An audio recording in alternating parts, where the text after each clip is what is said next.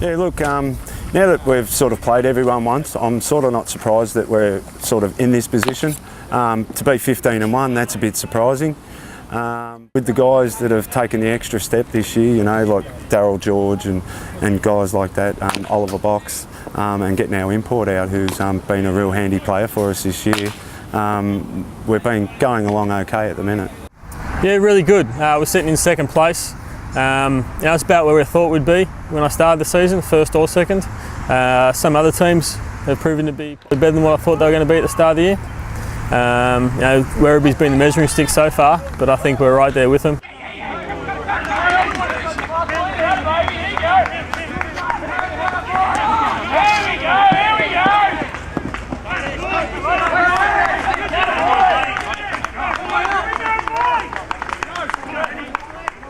Not at all. He doesn't pitch at all.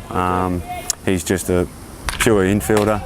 We were going for a pitcher at the start of the year, but that fell through, and then I got his stats, and we did need a shortstop because I think that really sets up your middle infield and stuff like that, you know, because a lot of balls go through there, and he's been really good for us in the field and with the bat. Well, Werribee to starters. I'd never played against Werribee before, so I didn't know any of the players or anything like that, but I knew they had a quality guy in charge there with Earl Byrne, so it really shouldn't have been that much of a surprise that they are a quality outfit. Melbourne, I expected probably a bit more from them than what they've shown so far, but I still think they're going to be there come around the end of the year. And Williamstown, I guess, is probably the real surprise packet. They were Division 3 last year, and this year they've really come up there and played pretty well. You know, they beat us in a game. They took it up to Werribee and lost by 1 run. You know, they've probably been the surprise packet of the bunch. Yeah.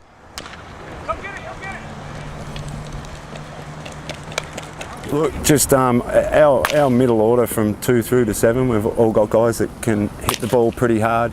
They make contact, and striking out's not, they don't strike out too much. And we've got Mike, who's hit 5 home runs this year so far, 3 of them grand slams. He's your import? Yeah. Yep. And yeah, he's been going really well. Daryl George is probably leading our hitting, yep. And our third baseman, Lewis Weldon, who's coming second, and Mike Balagian, who's up there as well. Bullpen's been pretty good. I've had a couple of surprises there with a guy, Jonathan Lowe. He's been doing a lot of work for us, and his ERA's under 1. He comes in and sort of finishes 2-3 innings for us. He started the odd game for us.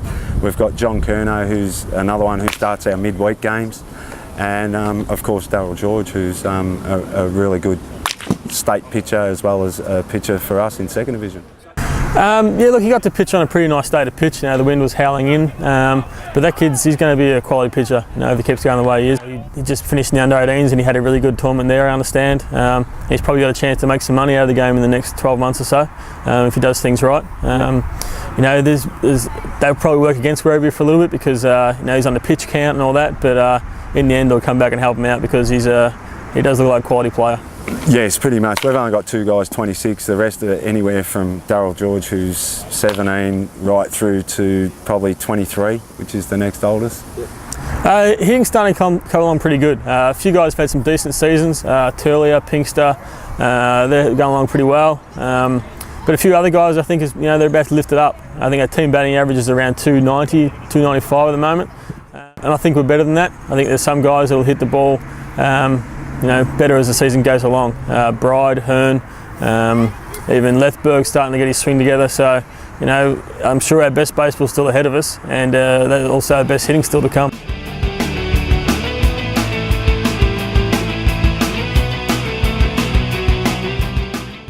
Our third baseman, he's one of our guys that's second in our batting average at the moment, and he's up there in the top 10 in the team, in the VBA. He hits the ball pretty hard, really long. Our second baseman, good sort of hit and run guy that hits the ball the other way, pretty good. And they're the things that matter when you've got runners on second base. You know, we sort of do the team things when we hit. That's all I sort of worry about. Moving guys over is good as a hit to me, especially with none out. And guys just bringing them in with a fly ball, looking for the right pitches, which they do. We've had the odd game where we've got a little bit carried away, but they seem to pull it in again the next week. Yeah, pitching, I can't really fault our pitching to date. Matt Kemp's been fantastic. we've been just blessed with how he's came out here. He's been first class all the way. He's worked extremely hard. He's in the gym every day, just trying to help us out. He hasn't come out here for a holiday. He's come out here to make a difference and help us win, and he's really been great from go to woe. And then Pally's been fantastic when he's pitched. His ERA is around two flat, I think. He's hurt at the moment. We could use him back pretty quickly. Hopefully in the next week and a half he'll be back throwing. Yeah. But those two guys have carried most of the load. We had Jack Freeth early in the year, but he's had a couple of injuries and missed a few games. We're hoping to get him back soon. I've been really pleased with our pitching. We can't really fault that. Yeah. Look, that's going to be sort of new to us. Playing 3 games, it's going to really stretch our pitching. Pretty good, but I think we've got the guys to hang in there, and we've got the offense to I think these guys will get better with every game, and playing I think they play a Saturday, Sunday, and playing 2 days like that, I think guys like these guys will eat that up, and I think they'll really enjoy it. Yeah, fielding's probably been an area they've been disappointed with the most. I think we've given away too many easy outs. Plays that should have been made that we just booted and threw away. Lack of concentration. I think sometimes taking bad at bats into the field and letting it carry over. We need to separate those things. Fitzroy, they're the team that for us are the benchmark. They've got really good pitching. I reckon they've got the best pitching in the league. And of course they've got a good offense with Johnny Edwards, Turley is it? Yep. And their little catcher Bridie, he's a little gamer, and I rank him as good as any catcher in the state defensively. He still probably needs a little bit of work on his bat. I've followed him for the last couple of years because I played with him at research, and you just wouldn't recognise the kind of player he is now to what he was even 12 months ago. In all aspects of the game, he's been a leader on the field for us. He's had some quality at bats. He's having a great season, and all the guys on the team, they just want to come and play every day. I know Mike, he has found it hard sort of playing that once a week. Yeah. Now we've got a cluster of game of midweeks, and after today we've got a cluster of midweek games. So, and he's a guy that just loves it and just eats baseball, and that's really going to suit him down to the ground. And the other guys I think will feed off it. Now we've got our 120th year coming up on the February 26th, so I urge everyone to get down there and get involved with that. Anyone that's had any part of the club before, it's going to be a fantastic night. There's not many baseball clubs in Australia or even the world for that matter that can say they've been around for 120 years through good times and bad. And they've got guys that can run and steal bases, and for us they're a team that we need to beat and want to beat, because they're the benchmark, I think.